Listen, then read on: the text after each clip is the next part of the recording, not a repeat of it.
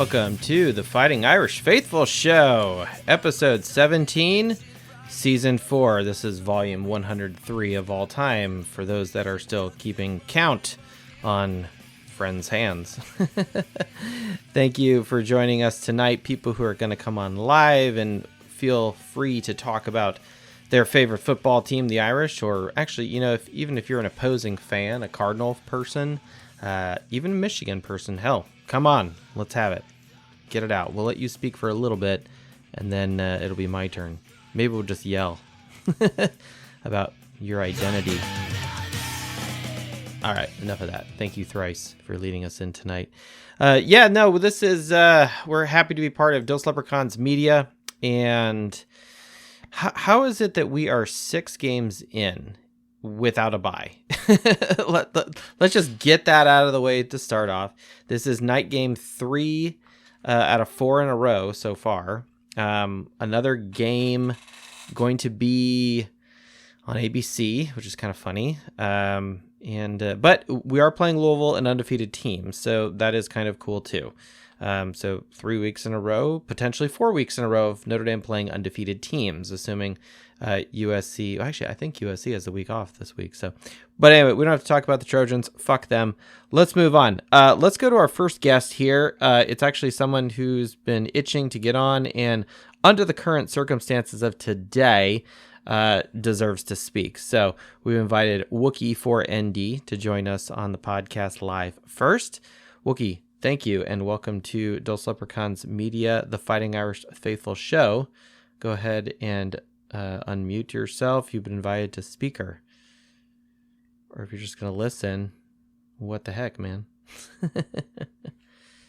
Wookie, you there? All right, if you're not going to talk, I'm just going to do all the talking here. So we've got a lot of stats tonight. We've gone back to our roots here with scotch and spreadsheets. Let's see, 1, 2. Oh, there we go. Yo, you there? Yeah, I'm here. All right, I got cool. you. What's up, Wookie? We'll get real quick, and then we'll run back to you. I've got at least 1, 2, 3, 4, 5 stat pieces to do tonight. I don't know, it's like we're holding it in. And now, but the circumstances over the weekend and some conversations I've had with some other people on Twitter, some of it's a little bit more like shouting matches or me just shouting at a, cumulus cloud in the sky. But anyway, before we get into the statistics, Wookie, hello. Is there something special happening today with you? Well, there is something special happening. It is my birthday Happy today, birthday. so, well, thank you. And I did not watch the Duke game because I had a little stomach bug. Okay. So I was like in bed, and then I had to work the overnight shift. But I saw the highlights. And I want to talk about the main thing that is plaguing us. Okay. The missed tackles. Yes. That has to stop. It has to stop. You cannot always give it to estimate and then go. It's got to be a complete thing. The defense did come around a little bit, but sure. you just got to tackle full force. Yeah, I mean they did hold Duke to 14 points, so number one, good thing, and we won the game. We did get a key stop on their last possession, resulting in a fumble. Now I feel bad for Duke's quarterback getting his leg rolled up, so I don't even know I should have done some better show prep understanding how he's doing, whether he's out for the season, whether just a real nasty sprain. I honestly don't know, but I'm also not a Duke fan. But some of the other things about the defense that are okay, and we'll talk a little bit more about this later, but scoring defense, we're still 14th in the country. We're still 11th in total defense. We are actually 13th in turnover margin overall, which is interesting. And so on and so forth. Pass defense, we're actually 4th in the country. And red zone touchdown defense, we're 6th in the country. So there's many good things that we are still doing on defense. Now there's some other things that are not good, but we don't have to get that. Let's talk about some of the positives. But you are 100% right. the missed tackles are very irritating, and is a problem. And you know how I am. I'm a Bengals fan at heart and Notre Dame fan at heart as well. And I love Al Golden, but something needs to change. This is not the same team we saw last year on defense. Like, it's well, really in some ways it's better. And I did not. I'll be very honest. I did not compare Notre Dame 6 games in last year versus this year. Now, this year obviously we have a better record 6 games in than we did last year. You know, at this point we're lying at least 2 losses. I don't remember exactly when the Stanford game was, but I guess we could look that up. But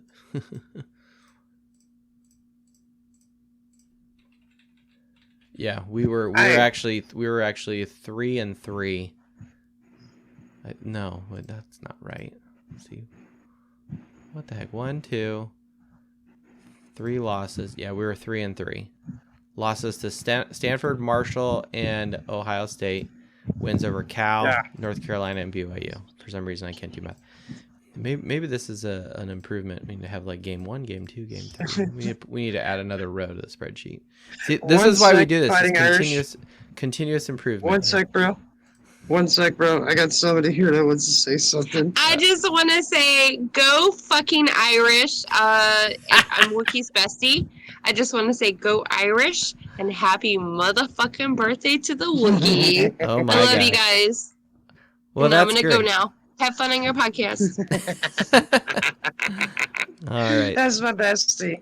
Awesome. Well, that's great. Sorry. Hey, happy. We bring in significant others, spouses, sometimes children. Have we had children on this podcast?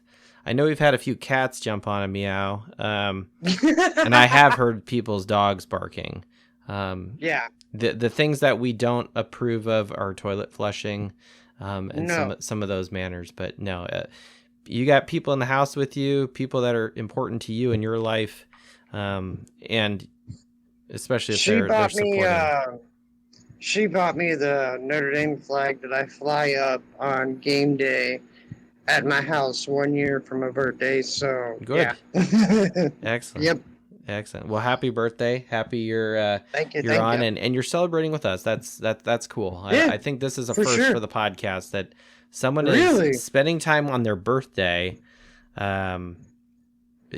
like and making a deal about it. Like, hey, it's my birthday. Well, and like, of all the things you could do on your birthday, like travel or go out to a restaurant or gamble or whatever you want to do, you do you. You're with us, so that's cool.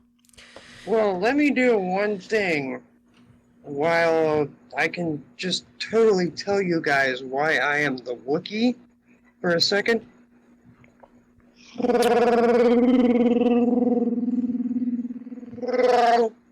Yep, that's why I'm the Wookiee. I love Chewbacca. I'm not Chewbacca, so don't call me Chewie. I'm a Wookiee. Okay. Yeah, you're from whatever planet that is.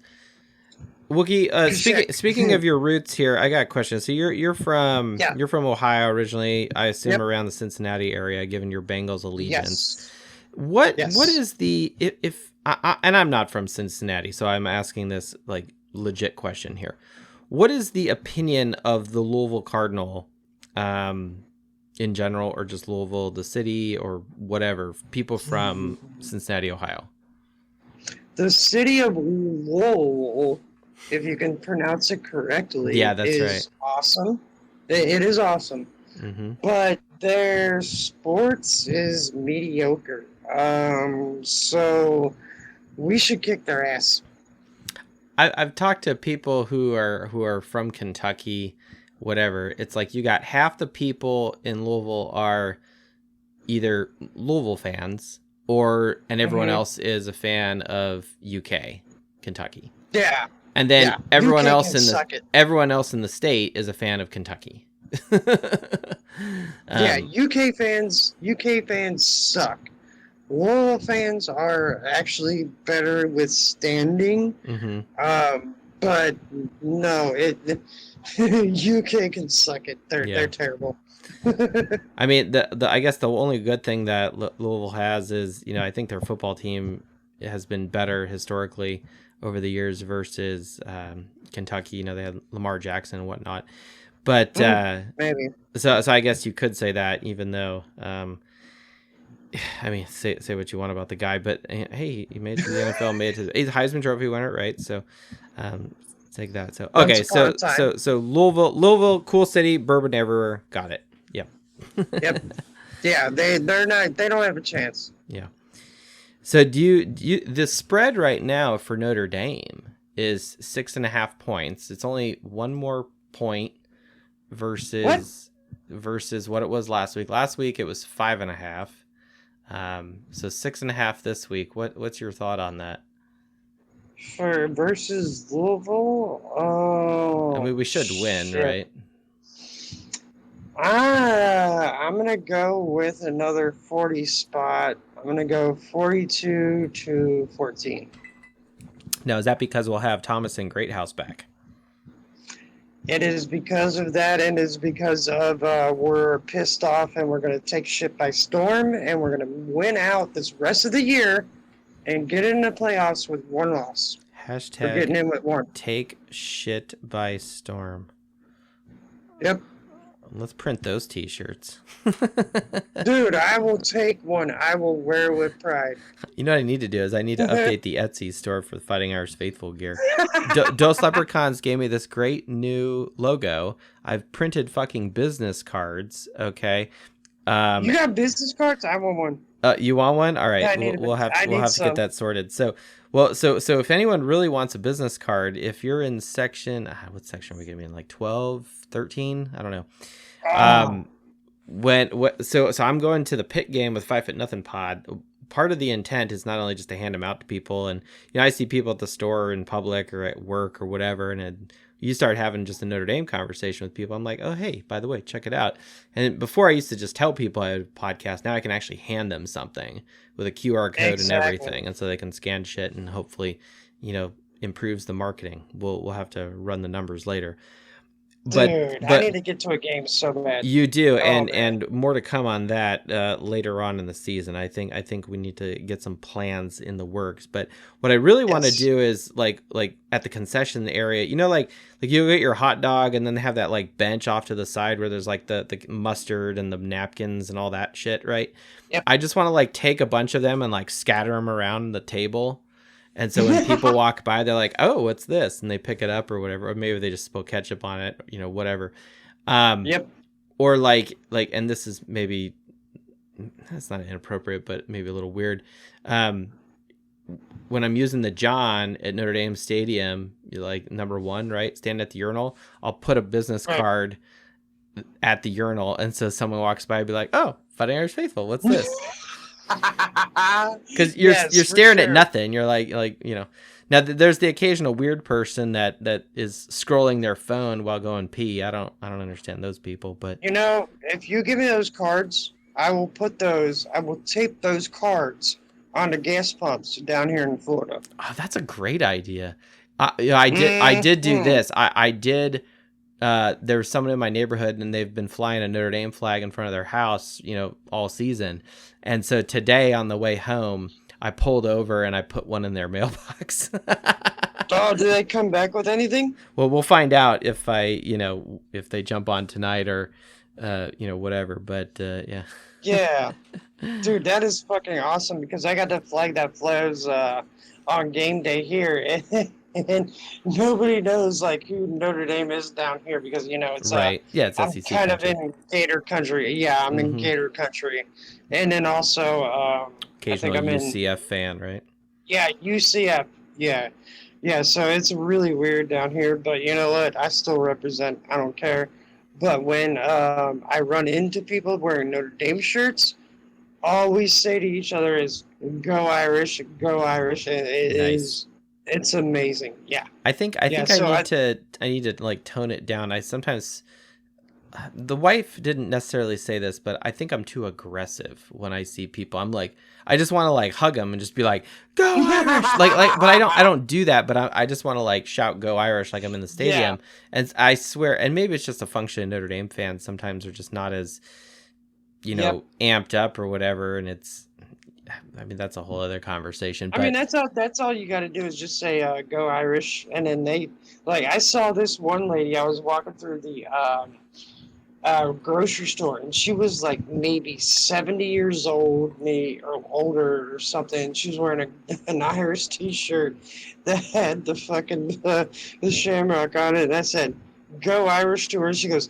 "Hey, do you remember when?" And then whole conversation started. yeah, and you're like, oh, now I wish I hadn't done this with you. And then, but it was cool. It was cool. It was a good. And my roommate that was next to me was just like, "Okay, I'm gonna go shop. You conversate." And I'm like, "Yes, I need to conversate." Have fun with your new friend here. Yeah, exactly. Like, yeah, I'm gonna go get my stuff. Excellent. But no, it's weird.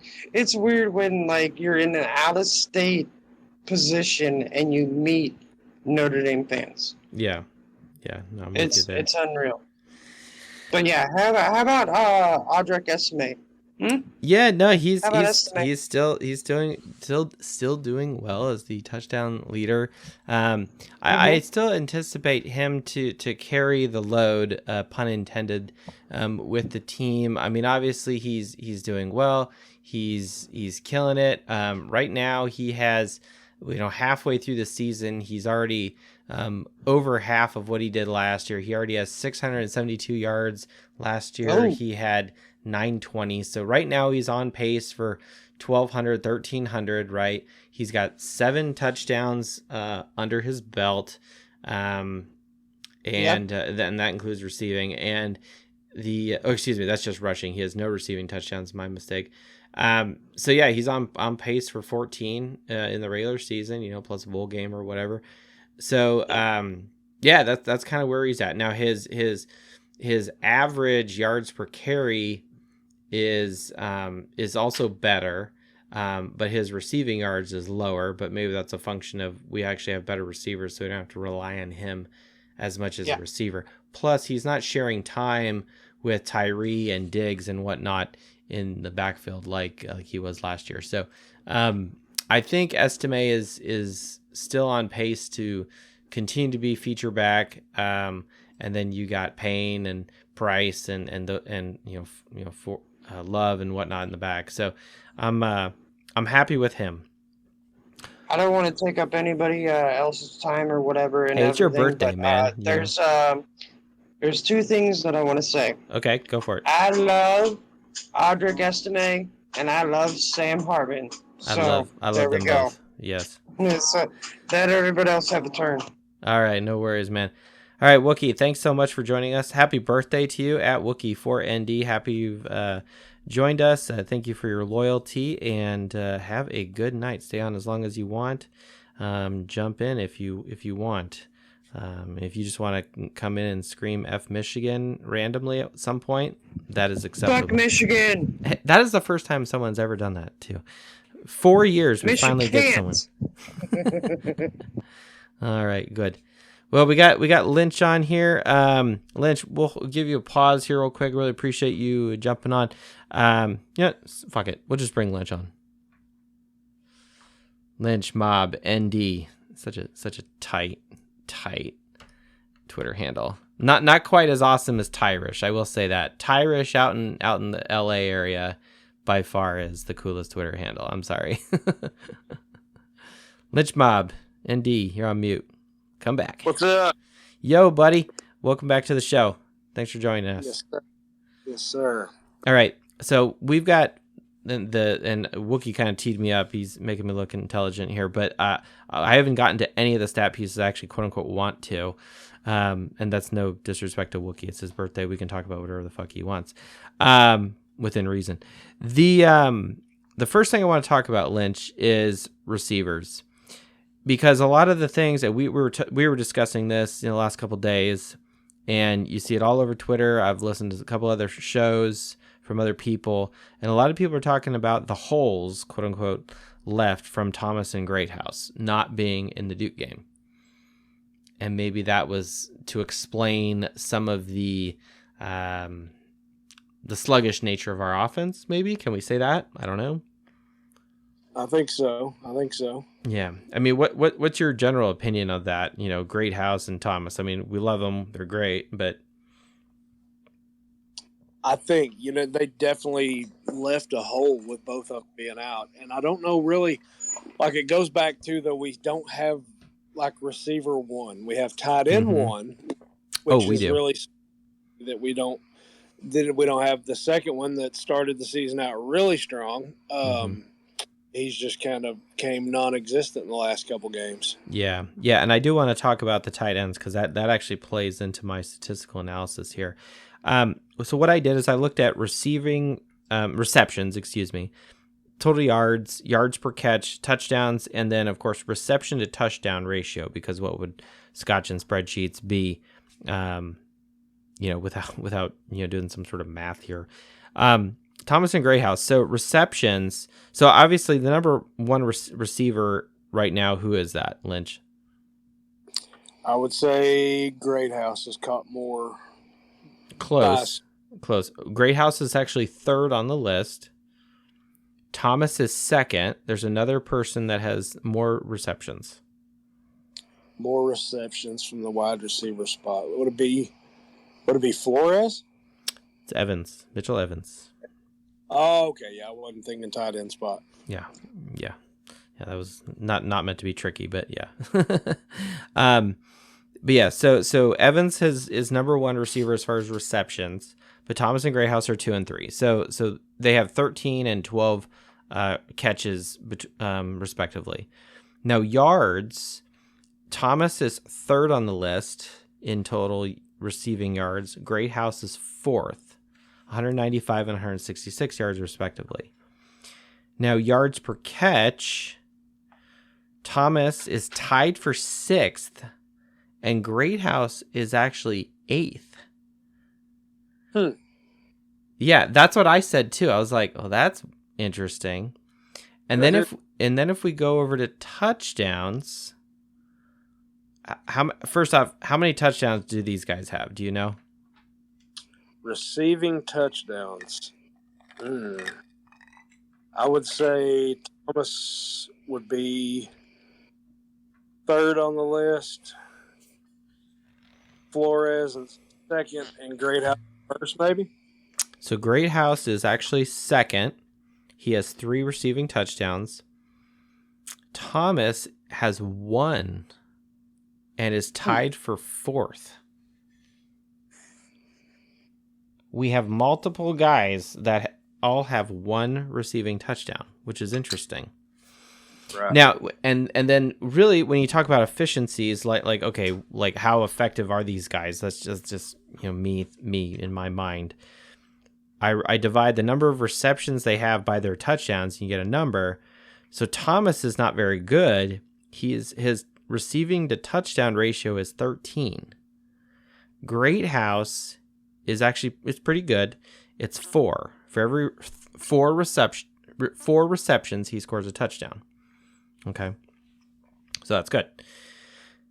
Now, what's really interesting, it's like, okay, so this is the bulk of the contributions these guys contribute, right? You can't fake being second and third in receptions and third and fourth in yards, right? You do have to move the ball down the field. Don't get me wrong. Right.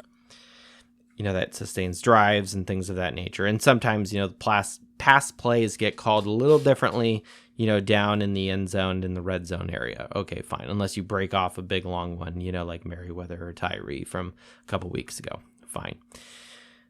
Versus Central Michigan. What I wanted to look at is who is most efficient. And what I came up with is the number one most efficient receiver is actually Holden Stays. He has 4 touchdowns total. He's the leader in receiving touchdowns, despite the fact that he's done basically nothing the last 2 weeks. His reception to touchdown ratio is still 1.5. And what that tells me is we're only using him down in the red zone, which, and those were against inferior opponents, so don't get me wrong. And I'm also throwing NC State in there as kind of an inferior opponent. We'll talk about that later. But then if I jump over to Tyree has 2 touchdowns with a reception to touchdown ratio of 5.5. Now, it's not better than Greathouse, but it is better than Thomas. Right. So what I find interesting is the ratio of these guys, Thomas and Greathouse. Are they really the most impactful? And you could make the argument for Greathouse. I didn't look at Flores, but Stays is definitely the most, on paper right now, if I just look at the numbers, the most efficient receiver that we have. Now, Grant, he's a tight end, and it's probably very specific situations in which he is getting the ball. But I'm just saying, this guy has been able to produce touchdowns, and I would like to look at the bulk of what he's doing, what he's producing, how he's producing those, because he only has 6 catches on the season. However, he's tied with Jabron Payne. Price has less, Colsey has less, Jeremiah Love has less, et cetera, et cetera. Flores has 11 receptions, but only 1 touchdown. Has Colsey seen I don't think he's seen the field this year, has he? Or does he stats at all? Colsey. Yeah, he's got 3 receptions for 45 yards and 1 touchdown. That would have been in. Oof. That'd have been the game. These are Navy. Okay. Navy. So here's where I'm going with this. The number 1 receiver, quote unquote, and certainly the number 1 option the last 2 games. Okay, these and I would argue these last 2 games are clearly the toughest. We have targeted Mitchell Evans, who's great. Like in this past game, he had 6 receptions for 134 yards. That's great. And he averaged 22.3 yards per catch, but 0 touchdowns. Bum, bum, bum, bum. Right, using them in the big part of the field. Right. But and don't get me wrong, that's Notre Dame's security blanket, right? Let's throw it to the tight end. Yeah. But the problem I have is, okay, you have more catches than anyone on this team. You have more yards receiving now than anyone else in this team. I mean, if you just look at yards total, rushing versus receiving, not all purpose yards, but just rushing versus receiving, he would be the 3rd highest yard generator. Estimate has 672 on the ground. Oh, I take it back. He would be number 2. Mitchell Evans has 272. And then it's Tyree, 269. Then Jeremiah Love on the ground, 220. So, yeah, there's the things that make you go, huh?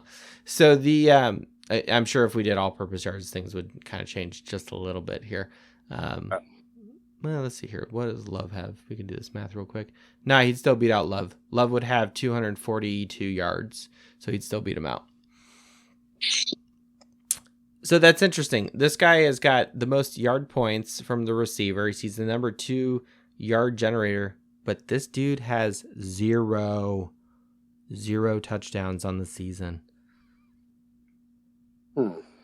Which is troublesome because I can look at it one of 2 ways. One is, dude, we got to get this guy the ball more because look how productive he is. He's moving the ball, we don't give him the ball when he has the opportunity to strike Pater, in the end zone, right? Right. Or maybe we should give him the ball less because he's not striking Pater. I don't know. I think it's the former because I don't know how many times we've targeted him down in the red zone. Right? Yeah. Very many I can think of. Yeah. So I find that interesting with okay, Thomas and Greathouse, do they leave a hole? Yes. But then define what that hole is, and then you can start, I think you can piece a narrative one way or the other. If you want to talk yards, sure, they make a contribution there. If you want to talk about efficiencies or touchdowns, maybe Greathouse you can, but they are not the most efficient guys. They're just not. And that is interesting. And Mitchell Evans, who is getting a lot of passes. I love the guy. But he needs to get in the end zone. And so I think my conclusion from this analysis is keep targeting all these guys, but Evans has been the workhorse, quote unquote, from the receivers. He's got to strike pay dirt. And I think he has the opportunity this week. I think so. Yeah. Now, moving on. One thing I noticed in the Duke game, obviously, was kind of how there were a lot of similarities yet differences with the Ohio State game.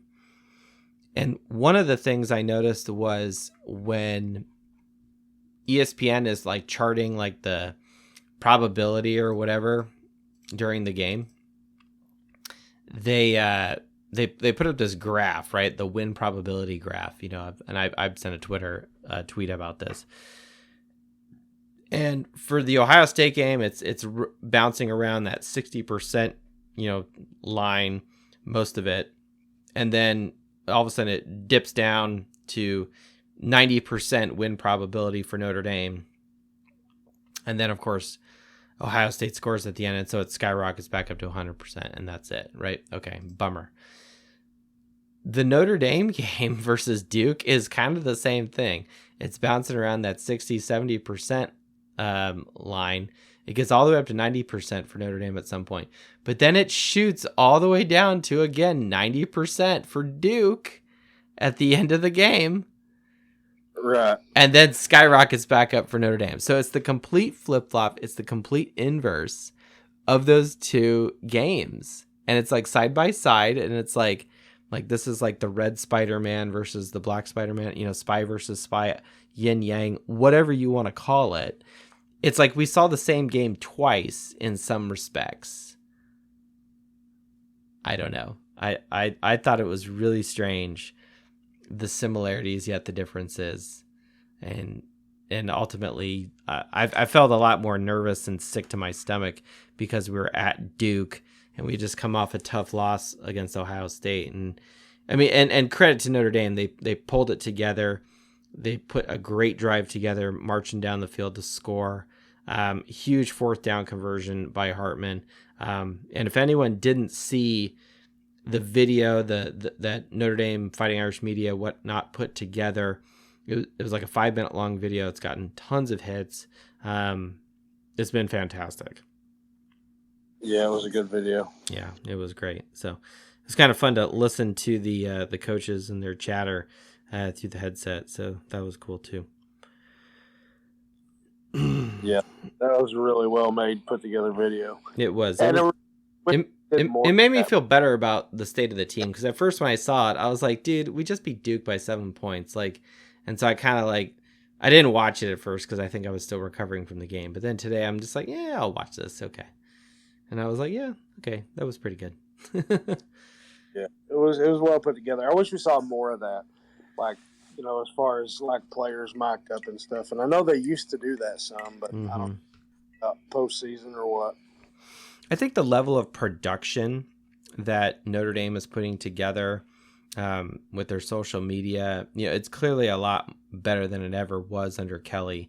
And I kind of wonder if that's just, the evolution of times, where they've actually hired people and this is their job to do, full-time, media and publications. And that Notre Dame is not doing it just for football. I'm sure they have a lot of focus for football, obviously, because football built that place. But I imagine the other sports soccer or lacrosse or whatever else is going on right now. I imagine there's some of that production going to those sports for those athletes at Notre Dame as well. Yeah, I think I did some from the lacrosse season last year.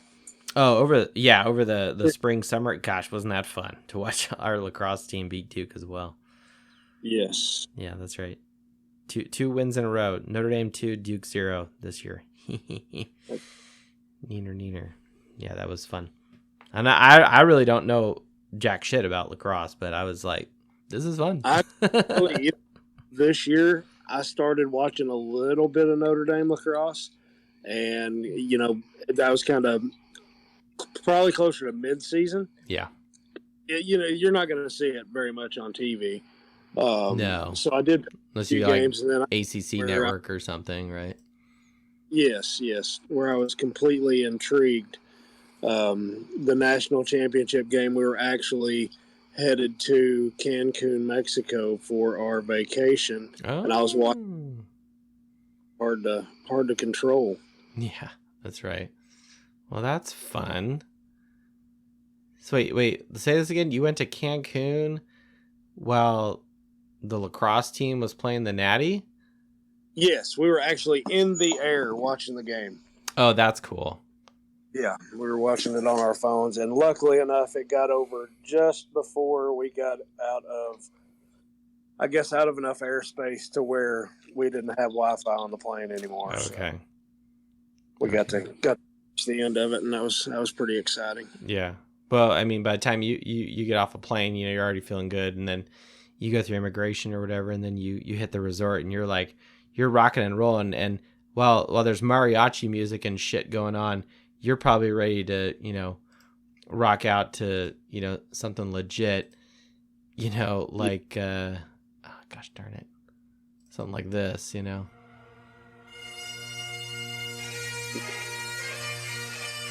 I know this is Scotland the Brave, but that is what I'm like 99% sure that's what our lacrosse team walks out to. Yes, they do. Which I absolutely love, that they got the whole bagpipes thing going on. I think that is absolutely tight. So yeah, it's cool. All right, well, let's steer it back to football here. We got Adam Dowling, who's patiently listening. We'll bring him on to speak and join the conversation. Lynch, go ahead and stay on. You can go on mute if you want. You do whatever you want. But we brought Adam Dowling on too. It's a little quiet tonight. I don't know if people are it's probably just typical Tuesday night, middle of the week. People got work tomorrow, right? But not everyone's podcasting. I don't know. I don't do this on Monday because then I'll be competing with Monday Night Football, and Wednesday, I don't know. There's probably a Big Ten, probably not Big Ten, but Pac-12 game. I don't know. Not so much anymore. But Adam, if you want to jump on and speak and discuss Louisville or Duke, Ohio State, whatever you want to do, we can do. But I got plenty of stuff to talk about. All right, so stat piece 1 is done. Okay, the next piece I've got has to do with the similarities between the Duke game and the Ohio State game. And in our post-game show for Duke, the comment, and forgive me, I don't remember who it was, but we had a bunch of people. It was great show, despite the fact that I had 0 scotch. Which, by the way, tonight we're having the Kirkland 12-year-old blended. So there you go. And if we're going to give the toast to anyone, is Notre Dame Fighting Irish Media. That was a pretty dope video. And, of course, Twitter shout-out we already gave to Wookie. So, well, Adam, I see you there. You're on mute. What's up, man? What's up? How you doing? Yo, doing great. Good. What, how's, We didn't talk after the Duke game, post game. So what's your debrief on that? Well, besides aging 15 years over the last week, that's right. I'm concerned about our offense. Mm-hmm. Concerns. Defense has actually exceeded expectations, I think. I would agree and with the that. Offense is. I know we had a couple guys out, but it just seems like we don't ever. We're not getting like no one could get open last week. I felt like Hartman was just like back there looking, like no one's open, and part of me seems like Rico Flores is more like a slot, like inside quick moves receiver, and he was forced to play outside last week. Right, but and I feel like Greathouse and Thomas seem to get open a lot. So I maybe part of me thinks that missing them was a bigger deal than most of us fans really realize. Sure. So I don't know. I guess this week will tell a lot because guess what? In 2 weeks, we're going to have to score a lot of points. Yes, that is very true. I think that is the team that's given USC the most run for their money. Surprisingly, has been Colorado, or maybe it's not surprising. I don't want to take anything from Colorado, but no, you're not wrong. I mean, USC puts up a lot of points, and I do think we will be the best defense they have faced so far. But our defense, I think, let us down last year, and I think the defense will rise to the occasion against USC, hopefully. But the offense also has to play. I think both squads have to play very well against the Trojans. But before we talk about them, we got to really... Louisville, I think, kind of sneaky good because they have some skill players that are they look fast. Like they have some speed. They do. They have put up some decent numbers. They are undefeated. And Braum, at first I was like, why the fuck is Braum leaving Purdue in the Big Ten to go down to the ACC in Louisville? And I mean, Grant, I know he's got a connection to Louisville, right, from his past. So don't get me wrong. It's how many coaches do this. A lot of them. It actually tends to be a trend now. What I find interesting is that he's doing very well, and he's doing better at Louisville this year after inheriting an 8-5 football team under Satterfield. Yeah, I think he has a lot of transfers. They got a lot of transfers in there. Yep. So it's really pretty much a totally different team. Yeah. Oh, it is, and I mean, the biggest transfer that I saw was Jake Plummer, who we have faced before. Yeah, he was at Cal and he was at Purdue with Braum, so that's why he went there. Yeah, exactly. Yeah, Plummer, we have faced him last year during the Cal game. So, and we will talk about that shortly. Do you do you get anxiety thinking about this Duke game just like I do? Do you have any questions as to how and why that happens, or are you just befuddled? I felt like it was almost like the classic game. How many times have you seen a game where you've seen a football team, NFL, college, where you feel like the team should have been up by a lot more and they're not, and you're yeah, I've seen this 1,000 times, that they're going to come back because we should be up by 24, not 10. Yeah, that's what that game was. Yeah, it was. We were dominating them with defense in the first half. I almost felt like our defense got gassed in the second half. Oh, sure. After Ohio State and everything, but our offense should have had more points. Should have had more points in the first half.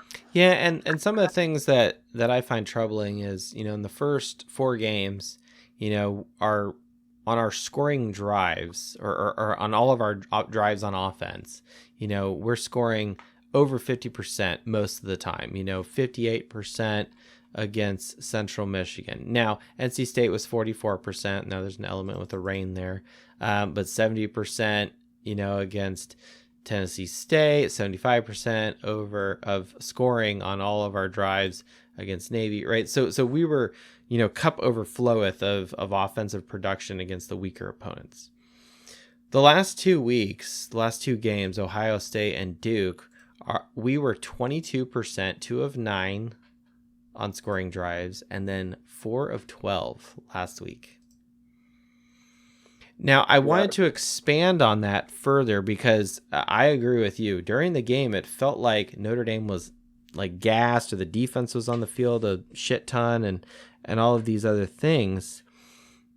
What I wanted to know is not so much, okay, how did the defense do, or how did the offense do? I was kind of looking at, is there anything related to Notre Dame's offense? Because the defense does fine, right? You hold a team to 14 points, you're doing something right. Okay. I don't care who you're playing. Okay. 14 points and less is good. When it comes to the offense, I wanted to know, well, all right, against Ohio State, we didn't have any points in the first half, but then we just had a touchdown in the third and fourth quarter, respectively. This game was kind of like bookended with a touchdown in the first drive and then a touchdown in the last drive, right? But in the middle, the meaty middle, there's nothing. So I was curious on what happened in all of those quarters that led to points for Notre Dame and then also for our opponent. And is there any connection between the number of plays run on offense and the number of points scored? So this is the big stat piece here this week. I know I've been kind of letting everyone down this season, but we finally toughed it out. So here we go. Notre Dame, Ohio State. In the first quarter of that game, Notre Dame had 17 plays. Second quarter, 10. Third quarter, 21. Fourth quarter, 17. Now jump over to Duke. Notre Dame had 20 plays on offense in the first quarter, 14 in the second, 15 in the third, and 18 in the fourth. If I isolate just those quarters that we scored a touchdown, you have 21 plays, 17 plays, 20 plays, and 18 plays for an average of 18.4 plays for every touchdown with a standard deviation of 0.35.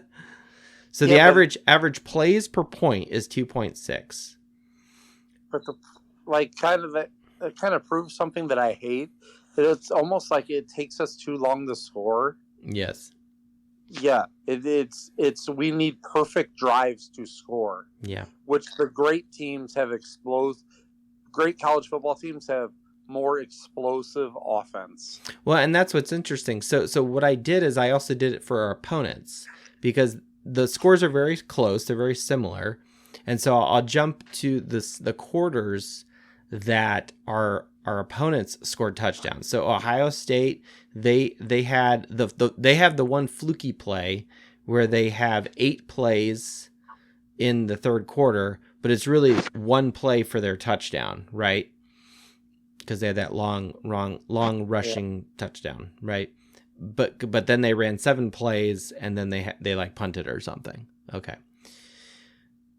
In the fourth quarter, Ohio State ran 22 plays and got 7 points. Duke, they scored 2 touchdowns, right? Third and fourth quarter. They ran 19 plays in the third and 18 plays in the fourth. So if I take out the third quarter for Ohio State, just because, again, that was kind of a fluky play. Well, it's not fluky. I mean, they earned it, but it was a big play, big letdown by Notre Dame. It's 22 plays, 19 plays, and 18 plays. And the average goes up from there. Because I have this written down. Yeah. No, I don't, because I'm dumb. But the point I'm making is the trend in these tough games is it's taking us longer and more plays to put points on the board. Versus the plays and the quarters where we actually have less plays on offense, we actually have we run less plays. So the conclusion I have in all of this analysis is when Notre Dame is averaging 14 plays per quarter in a close game, that's bad. If Notre Dame is averaging 18 or more, they score. If it's 14-ish, you're lucky if we get a field goal. And the same thing is with our opponent. The opponents are doing the same thing as well in these games, right? They're averaging 16 plays. I think it has a lot to do, like, we're playing good defense, but we're not playing good offense in these last 2 games, though. Sure. Like, we need to score. It needs to be easier to score if we're going to be elite. Oh, I'm with you there. Yeah, like, it should not take a perfect drive for 10, 14 play. The best teams don't need that. Well, and I guess one question I had, and this is not to be razz you, but it's like you've said this a couple times. You said perfect drive. Like, is that like averaging 10 yards a play, 15 yards a play? Like, I feel like it's when they're if anything messes, like if they have a penalty or a negative play, like they need the absolute perfect drive. It's never like a long drive. Like for example, is like it takes a lot of plays, like you're saying, to get to the end zone. Mm-hmm. Like it takes a perfect drive. Like everything goes right for 14 plays instead of where's our 3-play 70-yard touchdown. Right. Well, that was 2017 with Josh Adams, right? Like it's like a minute 45, 4 plays and touchdown. How many drives did we have against Ohio State that we drove the ball 60 yards and got nothing in the first half? Yeah. That's what I'm kind of saying, the perfect drive. Because one little thing goes wrong and it just ends it, but even though we drove the field. And I think in the first half against Duke, we kind of had that same thing happen where we would get in their end, but we got nothing. Yeah. I mean, if I look very back row, we were one out of 3 on our scoring drives as far as success. Field goal, touchdown, whatever. Putting points on the board. 1 out of 3. That's not great. It's just not it was better points. last week than what it was against Ohio State. I will say that. Yeah. But I think we were kind of all okay because we knew we were still in the game and we knew Ohio State's offense was elite. They had playmakers everywhere. Yes.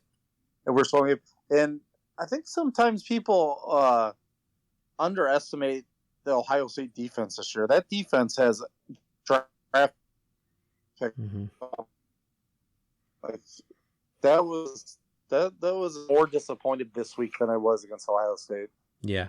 No, I mean, I was literally feeling sick to my stomach just because of what was happening. And, that last drive was very nerve-wracking for me. Wife took the baby to bed and whatnot and just was like, okay, we're done. And I'm just down there, chewing through the remote here. And but no, I think the was tired in the second half. Why I said that is because the offense hasn't helped them for 2 weeks in a row. They've been like on the field the whole game. Yeah.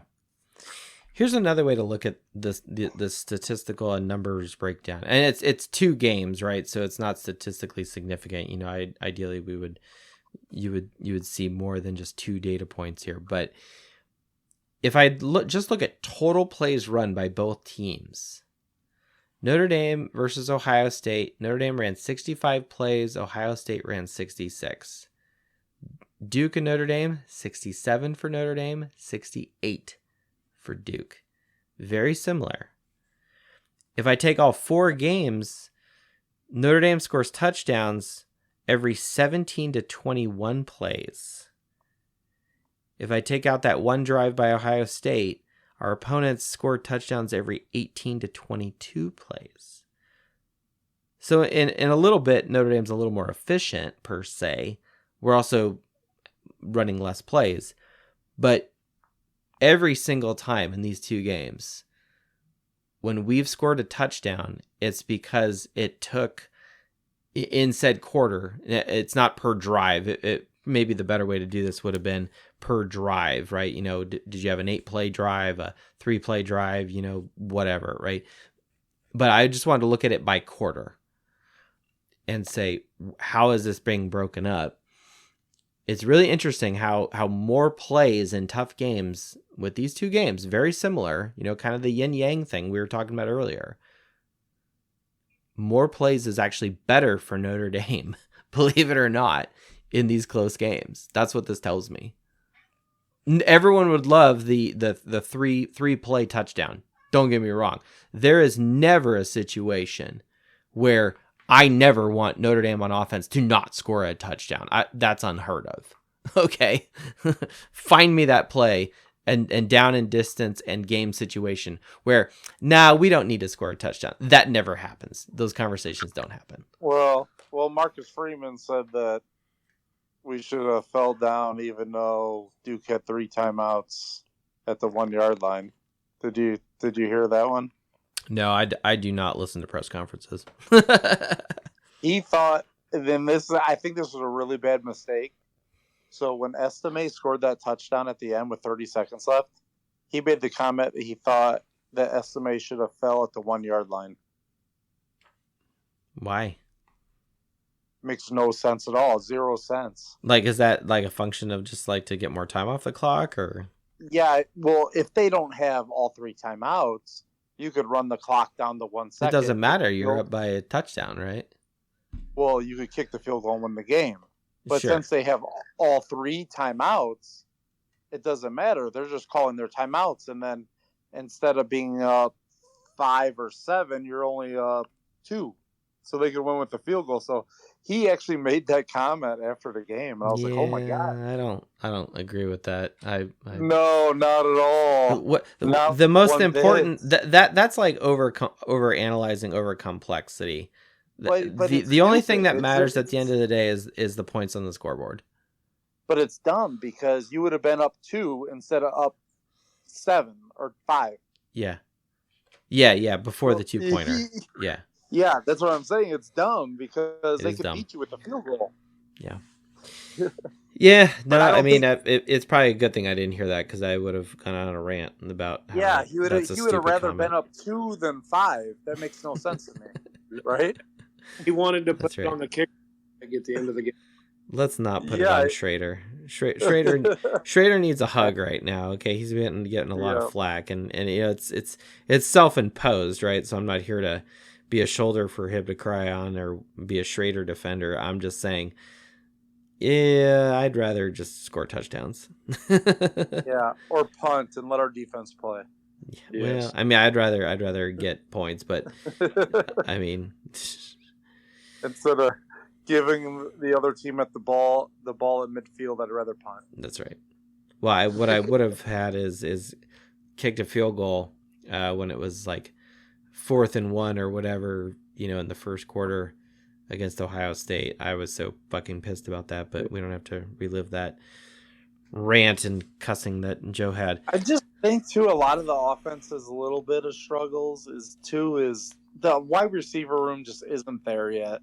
Like we've improved a lot. It's just not there yet, guys. Well, and who expected it in 1 year to just like flip the script, you know? Like it doesn't. Like I mean, I'd be curious. I mean, I guess unless you have Michael Floyd, right? But I mean, he had Clausen, right? And then he had good people around him. He had an experienced Golden Tate, for example, right? That was Golden Tate's last year. Guys that like Rico Flores and Greathouse have to play like immediately. Agreed. That tells you where you are. Yeah. I mean, they're good players, but they're not Michael Floyd. Oh no, I don't think Notre Dame will see a Michael Floyd for a while. You know, I mean, well, that's what I'm saying. Like they're not. Makes you wonder how we got Michael Floyd. You know what I'm saying? Yeah. Isn't he from the East Coast? He's from like Connecticut or New Jersey or something. I thought he was from like Minnesota. I could be wrong. Is he really? I thought that. Oh. Yeah, I think his dad was a reporter. Someone look that up for us. Yeah. But it was an East. I don't know. I want to say he was like an East Coast guy, but regardless, that's one of those situations where like if you're from the South or the West, you know, it's a little harder, you know, or even the Midwest, you know, maybe to even get one of these big, you know, 5-star receivers. But if you're from the East Coast, especially from the Northeast, you know, hey, Notre Dame for some reason just looks attractive to those guys, right? I don't know. Yeah, they're just not there. Like, and I feel like we're gonna see this the rest of the year. Teams are gonna force Notre Dame's receivers to beat them. Yeah, they're gonna load the box and they're gonna say, you know, Hartman and these receivers, if you can beat us, go ahead. Yeah, Floyd was from Minnesota. That's right. Oh my Creighton, gosh. Creighton Durham Hall. Wow. See, Joe, I know my stuff. See. I didn't say you were wrong. I was just like that actually kind of makes sense, you know.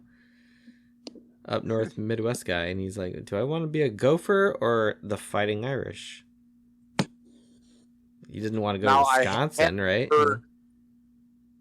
I have heard that some highlights. It's a little bit of this Cam Williams is the real. I've seen where he's going to start day one as soon as he gets to Notre Dame. Who is this? Sorry, you were breaking up a little bit. His name's King Williams. He's in the 24 class. Oh, yeah. Next year, Yes. They said he's that good that he'll start day one. Fantastic. That's Yeah, what I he like. is. That's what I like to hear. Let's bring these guys in. Yeah. You know, another guy, another recruit that or player, I should say, legend from the Northeast. I think Connecticut. Same state as Drew Pine. It's not Drew Pine. All-time points leader is from Connecticut. You know who that is? Justin Yu. Justin Yoon. That's right. Something about the Northeast, man. Those New England guys, you know, they put up points. I don't know. That's what we should do. But, yeah. I guess this week though will tell a lot if Great House and Thomas were that big of a missing them was that big a deal, but or maybe Duke's defense is that good. I don't know. Yeah, I just wasn't expecting that Saturday. I think what it is it's a function of like, you know, and I was talking a little bit more of the productivity side of things with Thomas and Greyhouse earlier in the show before you got on, Adam. But like Thomas, you know, we'll go back and revisit it. Thomas only has 1 touchdown on the season. Greathouse has 3, and so he's second in receiving touchdowns. And so that's cool, you know. But if you go with yards, you know, it's they're third and fourth respectively. If you go receiving receptions, they're second and third respectively. So I think Greathouse actually is the bigger whole from a consistency, productivity, what have you, versus Thomas. Yeah, it seems like Great House just gets open. Yeah. Like it just. I mean, I don't know what his 40 time is, but yeah, no, I'm with you. Yeah, he doesn't. It's not like he's burning by people, but he just gets open for Hartman, it seems like. Oh, I agree with that. All right, I wanted to change gears here, start to kind of get over to Louisville a little bit here, if you guys don't mind. But there's something I have to talk about. I wasn't going to talk about this, and then yesterday I was like, you know what, fuck it. I already have basically done this research by ranting to people on Twitter. I don't know if anyone saw this, but I had a tweet which was basically, why the fuck is LSU still ranked in the top 25? And I got a lot of, you know, positive, you know, likes from Notre Dame people. But there were a few people that were like, well, because the SEC, or, you know, because, you know, they're halfway decent, or there was one dude that was trying to pick a fight with me basically, and he provided no data. And so here we are. We're going to do the fucking data. And so this is the tradition of Brian Kelly bashing. And here's the thing. I actually didn't mention Brian Kelly at all. LSU could still be coached by Saban. They could be coached by Brian Harsin. They could be coached by our Lord and Savior Jesus Christ. I don't really care. The point is LSU is a 3-2 football team with statistics that are inferior, especially on defense, and they do not deserve to be in the top 25. Now, I didn't compare them to like Louisville or Missouri or Fresno State and some of these other schools that are actually doing very well right now in the season, and I think some of them playing above the rim. I didn't compare Louisville to them. I compared them to Notre Dame because it's a Notre Dame football podcast. So let's go through the top most important stats that I like talking about. Total touchdowns, passing touchdowns, scoring offense, scoring defense, total defense, rushing touchdowns, rush defense, total offense, and yards per point. So without going through too much, what I want to do is this. Total touchdowns, LSU is 6th in the country. Passing touchdowns, they're 5th. Scoring offense, they're 7th. Rushing touchdowns, they're 10th, if I can read my handwriting. And total offense, they're 4th. Their yards per point is 12.5. Very good. Very good offense. Top 10 in almost everything. Okay, actually it is top 10 in everything. What am I saying? Notre Dame, on the other hand, total touchdowns, 6th, tied with LSU. Passing touchdowns, 5th, tied with LSU. Scoring offense, Notre Dame 25th. Okay. LSU 7th. Rushing touchdowns, Notre Dame 19th, LSU 10th. Okay. And here's what's really crazy is Notre Dame's played one more game and LSU has even more. Granted, they played Grambling State, but we'll talk about that in a minute. Total offense, Notre Dame 26th in the country, LSU 4th. Notre Dame yards per point 12.6. LSU 12.5. So if we just look at offensive statistics, which is what I believe the media is doing, you're like, wow, look at all these yard points and look at all these, touchdowns they're putting up and da-da-da-da. Doesn't change the fact that they have 2 losses on their schedule to Mississippi State, that basketball game, and Florida State. Now, if we jump over to their defense, which I think is the incriminating piece, because defense wins championships. Like, you cannot win a title with no defense. Okay, you have to have good defense. Offense is important in general, right? And I'm only going to give you 3 defensive stats because that's what's in the top grouping here of what I've come up with here. Scoring defense. First, let's do Notre Dame. Scoring defense, Notre Dame is 14th. Total defense, Notre Dame is 11th. Rush defense, Notre Dame 52nd. So not great on that last one. But get a load of this shit. LS fucking U.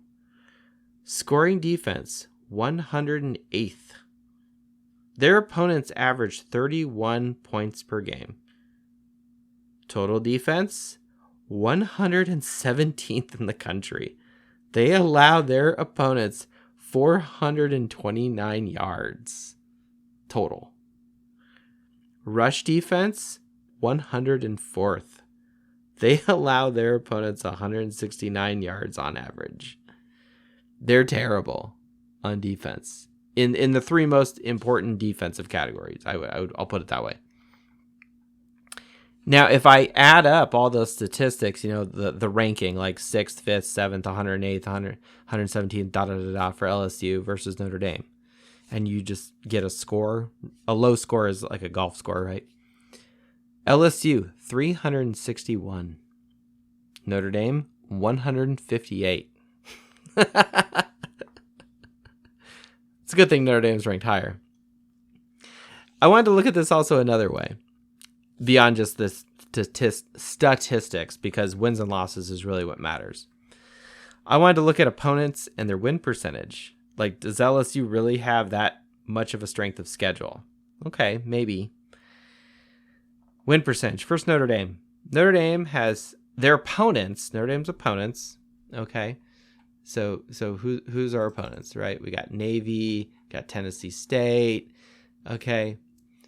Notre Dame has played a 1-3 Navy team, a 2-2 Tennessee State team, a 3-2 NC State team, a 3-2 Central Michigan team, a 4-0 Ohio State, and a 4-1 Duke. So only 2 of those teams do not have winning records, and one of them is 500. So okay.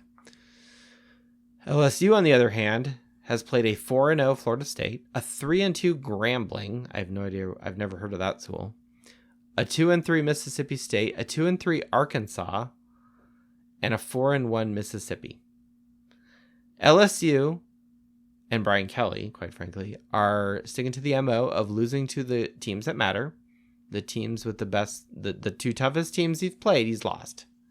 The 2 toughest teams that Notre Dame has played thus far were 1-1. Okay. Win percentage wise, Notre Dame, their opponents are 17-10 with a .63 win percentage, or 63% win percentage. LSU, their opponents are 15-9 because they played 1 less game for a .625 versus Notre Dame's .630. LSU's schedule is not as tough as Notre Dame's right now, and their defensive stats are trash. They're rivaling Brian Van Gorder of 2016. It's not good. LSU does not deserve to be in the top 25, and I will today, 5 games in, does not deserve, which is complete bullshit. And this is, I think, the incumbency bias of the AP and the polls and all this other crap. If they had started polling teams 2 weeks ago, when everyone has 3-4 games under their belt, I think it'd be a different story. That's all I've said about that. Comments, questions, concerns. Adam Lynch. I'm glad I didn't put you to sleep on that. Or maybe I did, and you're just going to stay on mute. You miss BK. Yeah, that's what people try to troll me with. But it's interesting is when people when I make this comment, people start getting defensive, and these are Notre Dame people, and I'm like, and so then I just flat out just break the ice with them, and I'm just like, dude, just admit you're a Brian Kelly, disciple or whatever. And the guy's response was, there it is, and I'm like, you didn't deny it. Well, I was about to make the argument that I don't know. I've not heard one Notre Dame fan say they miss Brian Kelly, but I guess you have. I have interacted with one individual. We'll keep his name. We won't embarrass him now. I don't. This is like Top Gun. All right. Do we have permission to fire? Do not fire until fired upon. I need to get that sound clip. Okay. Brian Kelly's not a bad football coach. He just no. He's just not a good He's just not a great football coach. Yeah, he's gonna win all the games he's supposed to win, and then when it's the biggest games, he's always gonna disappoint you. Yeah. Yeah. So he's gonna go 10-2, 9-3 every year. That's what he's gonna do. Or 8-5. Coach Osinko. And he did a lot of good things at Notre Dame. I mean, think about the dumpster fire he took over at Notre Dame. Oh yeah, no doubt. No, and I'm not saying this to be we have given. If anyone really wants to know my opinion of Brian Kelly, there's 2 shows we could do. There's show 5. It's the 5th show I ever did, which was kind of putting him under the microscope because I was so pissed after 2016, which was kind of the catalyst and inflection point for me to start to put together this spreadsheet and start to think about doing a podcast. Okay. And then when he left, it was a very, visceral, immediate reaction when, everyone, I'm sure most Notre Dame fans recall that night when you're just casually scrolling social media or whatever, and you're like, hey, what happened? And then all of a sudden you see BK is gone, and you're seeing all these things leak out on social media, and you're like, holy shit. And that's when my brother and I had a phone call. We weren't as high tech as we are now, but were most serious Notre Dame fans really surprised or cared that he was gone? Not so I part of me out for years. Part of me, I think, in my opinion, I don't think Brian Kelly intended to leave under those circumstances. I think just things leaked out. Because Kelly's a politician, as far as coaches are concerned. And I don't think he would have left in that way. I think he would have had a meeting with Jack, and because he was on his way back to Notre Dame anyway when the news broke. So I think he would have had a meeting with Swarbrick, and then he would have, from there, it would have been a lot more organized or whatever. What I said in the show, and I still stick to this, is if Kelly wanted to leave Notre Dame and go to LSU, and he wants to do that for his family, I would have preferred that he coached a bowl game, one said bowl game, the Fiesta Bowl against Oklahoma State, and then after the bowl game, leave on a positive note with a potential win. Okay. Because I would have had a different viewpoint of you leaving, look, I'm moving on with my career. I've done pretty much everything I think I can do at Notre Dame, and I'm going to go down to the SEC now that I have this bowl game win. I would have a much different opinion, and I think that would have been a classier look for him if I take the politician approach, versus the way it ended up happening, where he just oh, yep, I'm gone. And maybe he had no choice at that point, but it's that's just the way it goes. I'm very disappointed in the big losses. I was very frustrated in 2016, but I was also very surprised. If someone had said at the beginning of 2017, when he took over, and we're Wimbush is out there in 2017, right? If someone had told me that he would fire all these other coaches, brought on all these people like Elko, and brought on all this new staff, that's when Bayless was brought in, for example, right? And totally changed things around, like from 2017 to 2021, it was a completely different program versus you take the previous 7 years. Yeah, we're like a top probably 6 program in the country from 17 to 21. Well, and I think he could have recruited better. I think he could have done a few other things. So I think Kelly had some good things going for him, but it wasn't quite enough. No, it was never enough. That's why our receiver room is the way it is. Oh, no doubt. The skill position, recruiting, and the development was so bad under Reese and Kelly those last few years that it's going to take a couple of years now to even get it to where it needs to be. Yeah. And that's the one position that's been. It just the wide receivers and quarterback were awful under him. Well, and the last 2-3 years in this podcast, we've come out and said that passing touchdowns is the second most important stat. So we must score passing touchdowns. It's vital. It's essential. If we want to be elite, you must have a good quarterback. You must have good receivers. There's no denying it. And even his last recruiting class, all he had was Merriweather. That's it. That was the only receiver in the whole class. That's right. Yeah. Like really head scratching, right? And then Stuckey went and got Flores and Greathouse and what's the other kid's name? He's not playing yet. I forget his name now. Oh, but another kid from Texas. Yes. But it took 3, one class. And it's two of the kids are major contributors as true freshmen. That just shows how bad his recruiting was. Yeah. Well, and I think, and I'm, you're going to always get the guys that, are Notre Dame true bloods, right? Which is great.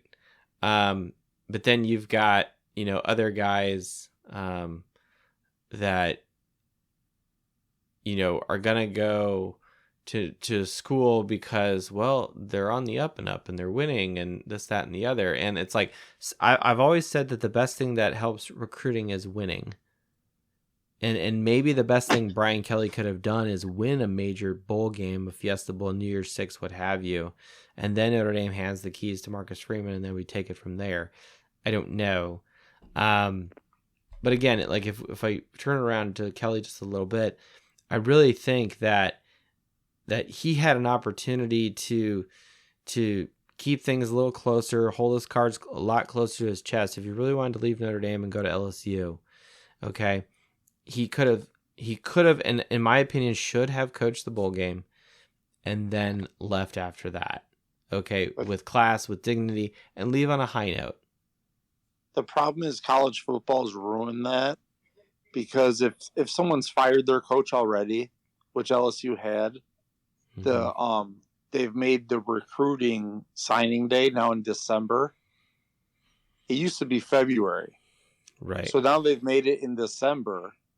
So they're forcing these coaches to basically get there and get a class together because if not, then they're a whole nother year behind. Well, and you're speaking logic and common sense here, something that the NCAA clearly doesn't have, with all this NIL nonsense that's completely just off the hook. It's the fucking Wild West, and like it is what it is. I'm not gonna, and I don't know enough facts and details to really speak intelligently about this, but like you've heard anything from Saban to, pick a coach. People are like, just like, basically like there's no control over this. There's like, what can they do? I read something, this past week that like recruits, like kids in high school, when they just do campus visits, when they do their official visits to a school, they want to be paid just for visiting the school, just for showing up. And it's just like, the hell? Yeah, I was actually sent a text message from a friend that has a son getting recruited heavily that said, "Oh my God, you'll never believe this. This is going on. People are demanding money for their kids to come to visit your school." That's That ridiculous. is happening. Yeah, Good God. and they want their whole family and everyone paid for to travel too. Good God. Yeah, it's crazy. I don't want to get too much down the NIL rabbit hole because it's not going to be pleasant. But So anyway, speaking of transfers, let's move over to Louisville. So, and yes, it's Louisville. All right, it's not Louisville. It's not Louisville. It's What Louisville. about Louisville? No, not Louisville. Right. Despite Lewis being my middle name.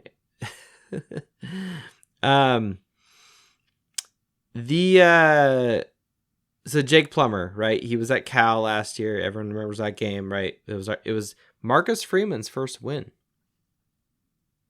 Right? You were at that game, Adam. That's where we met. What are you talking about? Tailgate. Jake Plummer, his completion percentage for the season thus far is 65%. He has 11 touchdowns in 5 games, so he's averaging just over 2 touchdowns a game. And his attempt to touchdown ratio is 12. For every 12 passes he has, he throws a touchdown. Okay, that's actually not too bad. Now here's the problem. This dude has 6 interceptions. What? That's not good. Okay. He averages over 1 a game. Not good. Now, Plummer, clearly we faced him before. When he was at Cal. Granted, it's Cal. It's not Louisville. That's weird that Louisville has better talent. Well, actually, maybe it's not. I mean, it's Cal. What the heck? I mean, it's a smart school. It's a good school, but it's just like, I don't know about their football team. At Cal, when he played Notre Dame, he was 16 of 37 passes. Lots. 43% completion percentage. He threw 1 passing touchdown on 37 attempts, so not a good attempt to touchdown ratio, but he had 0 interceptions, which I thought was interesting. Now, obviously, if you compare him to Hartman in aggregate, like, it's not even close, right? I mean, Notre Dame, Hartman, right? Our passing attempts to touchdown ratio is 10. Okay, it's fantastic. Okay, but we shouldn't, blow Plummer away, because national champion quarterbacks on average have a passing attempts to touchdown ratio of 12.6, and Plummer's right now shooting 12. So good for him. But yeah, his interception to touchdown ratio is not good at all. Okay, it's actually really bad. So it's almost 2-1. So not good. So that's the Jake Plummer piece. But yes, it is a night game. Notre Dame's 3rd night game in a row here. And I will probably not watch all of it at home. I'll probably just catch the end of it at home, because I was asked to volunteer at church for our parish feast day barbecue cookout. Knights of Columbus, they said, "Hey, you guys gonna do this?" I said, "Of course," because it's fellowship, right? You can't not do it. It's good for the people, and I get free food, and I get to barbecue and drink beer. But because that's how we roll in the Catholic Church. The feast day cookout, but we will bring a TV, and I'm so glad the game is on ABC and not on ESPN or something, so I can get it through the antenna. I got a digital antenna. We'll bring that sucker outside. We'll be under the tent, as we grill. We'll get the game on in the background, or after people eat, we'll bring the TV in.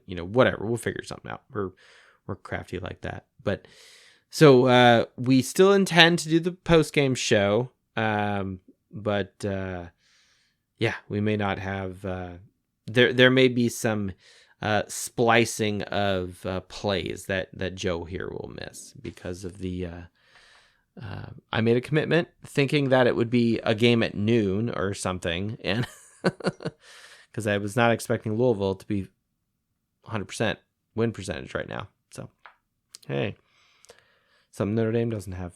So let's give credit where it's due. Okay, we're not done with statistics, guys. Hang in there. We got one more. I know for the people who are really liking the stats, they're loving this podcast. Everyone else is like, just shut up, you know. Can you just yell and scream stuff? I mean, we can do that, I guess, but I don't know. Drive to Louisville. You want me to drive to Louisville, Adam? You know, it's funny. I was actually thinking of getting tickets to this game because Louisville is closer to my house than Notre Dame, actually, which is interesting. I know exactly what the stadium is, driven by it before. Yeah, I've been to Louisville a couple times, and well, really just passing through it. But I could have gone, but nope. I just was like, yeah, I'm going to 2 games already. Yep, it is a 2-hour drive. That's exactly what it is. I got to pay that toll, though, go across the Ohio River. So, all right. Notre Dame, Louisville. Can we really compare? I mean, we can go through the normal stats and stuff, and I thought of doing that, right? I do think Notre Dame is going to win. My math and my algorithm says, yes, Notre Dame is going to get a win. It also said we would beat Ohio State, but I think Notre Dame got in their own fucking way for that game, but we've already talked about that. Go to the Ohio State postgame show for more. But we do have a common opponent versus NC State. And that Louisville-NC State game this past weekend was not pretty. It was kind of sloppy. It was kind of messy. It was a low-scoring game. Louisville 13, NC State 10 versus our score versus NC State 45-24. Clearly, the statistics are much better for Notre Dame. Notre Dame had 170 rushing yards. Louisville had 20 rushing yards the whole fucking game. Passing yards, there's actually tied, which is weird. Notre Dame 286, Louisville 286. So Plummer, not a bad quarterback, okay? Completion percentage, Plummer was 60. Hartman, 62.5. Notre Dame had 1 turnover versus NC State's 3. Louisville and North Carolina State both had 3 turnovers this past game. So that probably explains the sloppiness / low score. Third down percentage, Notre Dame was better. Yards per point, Notre Dame was better. So bottom line, when we compare Notre Dame to Louisville, you know, side by side against a common opponent, which is NC State, Notre Dame has the advantage. I think Notre Dame should beat out Louisville easily, handily, and quite frankly, I mean, Elko is a better coach over at Duke, you know, as far as based on his experience, his scheme, his defensive mindset, and things of that nature. Louisville, from a defensive standpoint, they are not better than Notre Dame. The only thing they're better at is rushing defense, quite frankly, and sacks, because Notre Dame is trash at sacks and tackles for loss, right? We're in the hundreds in those 2 categories. So the only 2 categories that I don't like with Notre Dame, we're 108th in the country in sacks, and we're 102nd in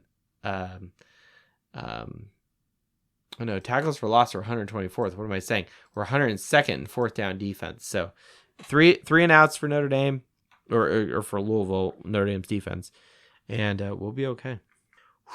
It's like an old school podcast. It's just nothing but stats the whole time. That's what it is. We're a little light on people. I don't really know why. Everyone freaking out over Congress voting shit out. We're not going to talk about politics. I don't know. But who knows? Or maybe just it's 11 o'clock on a Tuesday and people are like, fuck this. I don't know. Maybe we got to move the podcast. I don't know.